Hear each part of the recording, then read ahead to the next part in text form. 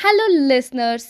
मैं जानती हूँ मैं बहुत टाइम बाद वीडियो डाल रही हूँ, उसके लिए आई एम रियली सॉरी। इस वीडियो के अंदर मैं it's and with us book की समरी बताने वाली हूँ आपको, वो भी डिटेल में। तो मैं उन लोगों से कहना चाहती हूँ जो मूवी देखना चाहते हैं या फिर जिन लोगों को बुक पढ़ने में इंटरेस्ट है वो पहले जाके मूवी देख ले या बुक पढ़ ले, उसके बाद आप आके ये सुन सकते हैं। So without any delay start करते हैं। तो बेसिकली स्मॉल समरी की बात करें तो इट्स एंड विद अस एक बुक है जो कि पूरी इमोशनल कहानी पे बेस्ड है, जिसके अंदर आपको प्यार, हिम्मत और वायलेंस भी देखने को मिलेगा। यानी आप कह सकते हो दुष्व्यवहार का चक्र जो साइकिल को तोड़ने के बारे में कैसा है। ये कहानी लिली ब्लूम के ऊपर है, जो कि बहुत मुश्किल फैसले लेती है और बहुत मुश्किल चीजों का सामना करती है अपनी परफेक्ट रिलेशनशिप के अंदर, जो कि एक टाइम के बाद टॉक्सिक बन जाता है। इसके अंदर कैसे लिली सेल्फ डिस्कवर करती है और किस तरह से अपने एम्पावरमेंट को दिखाती है, अपने एम्पावरमेंट को खड़ा करती है। तो इसके अंदर पहले इस बुक को स्टार्ट करने से पहले, डिटेल में जाने से पहले, एक बहुत प्यारा कोट है इस बुक के अंदर जो कि मुझे बहुत पर्सनली बहुत अच्छा लगता है। तो पहले मैं शेयर करती हूँ। There is no such things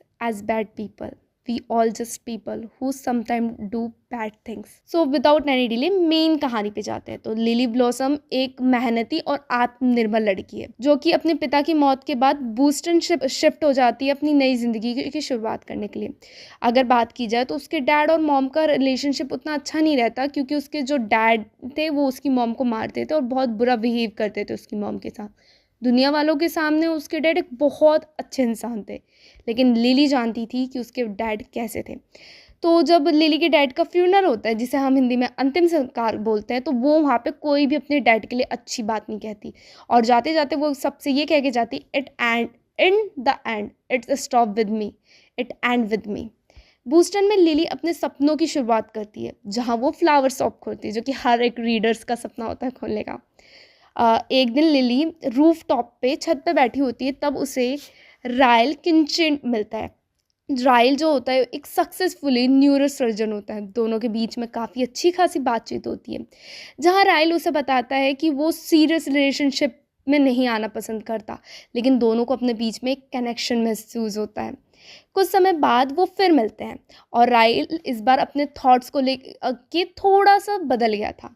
वह लिली से प्यार करने लगा था और वो एक दूसरे के साथ खूबसूरत रिश्ते की तैयारी कर लेते हैं। लिली को लगता है कि उसने अपने जीवन में सच्ची खुशी ढूंढ ली है, लेकिन धीरे धीरे राइल का गुस्सा दिखने लगता है। कभी वो छोटी छोटी बात पे वायलेंट हो जाता है। पहली बार जब वो लिली को चोट पहुंचाता है तो वो उससे तुरंत माफ़ी मांगता है और लिली कंफ्यूज हो जाती है। वो राइल से प्यार करती थी, लेकिन ये सब उससे अपने माता पिता के रिश्ते की याद दिला रहा था, जिसे वो बहुत पहले ही छोड़ चुकी थी। फिर इसके बाद एक और कोट आता है जो कि बहुत अच्छा है। 15 second that all it's take to complete change everything about person. 15। इन सभी चीज़ों के बीच में लिली की मुलाकात एटलिस कलिंगन से होती है, जो कि उसका पहला प्यार था। अगर इसी के बीच हमें फ्लैशबैक में बताया जाता है कि जब लिली टीनेजर होती है तब वो एक एटलस नाम के लड़के से मिलती है, जो कि एक उसी के घर के पास अबेंडेड हाउस में रहता था, जिसे कोई ध्यान नहीं देता था। लिली उस बेघर एटलस की मदद किया करती थी, चोरी छुपके, कभी कपड़े, कभी खाना, कभी कुछ। धीरे धीरे दोनों एक दूसरे को पसंद करने लग जाते हैं, लेकिन जब लिली के पिता को ये बात पता चलती है तो वो एटलस को बहुत बुरी तरीके से मारते हैं, जिसे वो शहर छोड़ के चला जाता है। Sometimes the smallest decisions can change your life for ever. अब सालों बाद एटलस एक सक्सेसफुली रेस्टोरेंट ऑनर बन चुका होता है। वह लिली से फिर से मिलता है और उसे अभी भी प्यार करता है। लिली भी उसे देखकर बहुत ज़्यादा खुश होती है, लेकिन वो राइल के साथ अपनी शादीशुदा ज़िंदगी में कोई और बखेड़ा नहीं चाहती थी, इसलिए वो उससे थोड़ा सा डिस्टेंस बना के रखती है। लेकिन राइल का गुस्सा बढ़ने लगता है। लिली समझ जाती है कि ये गलती नहीं थी, बल्कि उसका बिहेवियर ही ऐसा है। उसे अपनी माँ की बात याद आती है और वो अनकंफर्टेबल होती है कि वो भी उसी तरह उसी रिश्ते में फंस गई जैसे उसकी माँ फंसी थी। Just because someone hurts you does not mean you can simply stop loving them. कुछ समय बाद लिली को पता चलता है कि वो प्रेग्नेंट है। अब उसे सबसे बड़ा फैसला लेना था अपने और अपने बच्चे के भविष्य के लिए। अब अगर हम कंक्लूजन की बात करें तो लिली आखिर में फैसला ले ही लेती है कि उसे राइल से अब अलग होना है। वह उसे बताती है कि वो अपने बच्चे के फ्यूचर के लिए इस रिश्ते को आगे कंटिन्यू नहीं कर सकती। वो राइल से बहुत प्यार करती है, लेकिन लिली जानती थी कि प्यार के नाम पे दर्द सहना ये तो सही नहीं है। वो राइल से कहती है कि कल को अगर तुम्हारी बेटी तुम्हारे पास रोते हुए आएगी कि डैड मेरे बॉयफ्रेंड ने मुझे मारा, तुम कैसे रिएक्ट करोगे? डैड मेरे पति ने मेरे पे हाथ उठाया, लेकिन मैं उससे बहुत प्यार करती हूँ, तुम कैसे रिएक्ट करोगे? उस टाइम राइल्स भी समझ जाता है कि लिली का डिसीजन शायद सही है। I am a brave and bold woman and I will not been broken. अंत में लिली अपने लिए एक नया जीवन चुनती है। वो फिर से एटलस से मिलती है, जो हमेशा उसकी सुरक्षा और सच्चा प्यार करता था। कहानी ये साफ नहीं करती कि वो दोनों साथ रहते हैं या नहीं, लेकिन उम्मीद देती है कि लिली अब खुश रह पाएगी। You can stop swimming now Lily, we finally reach the shores. जब वह एटलस से आखिरी बार मिलती है तो उसे एक खूबसूरत अनुरोध करता है।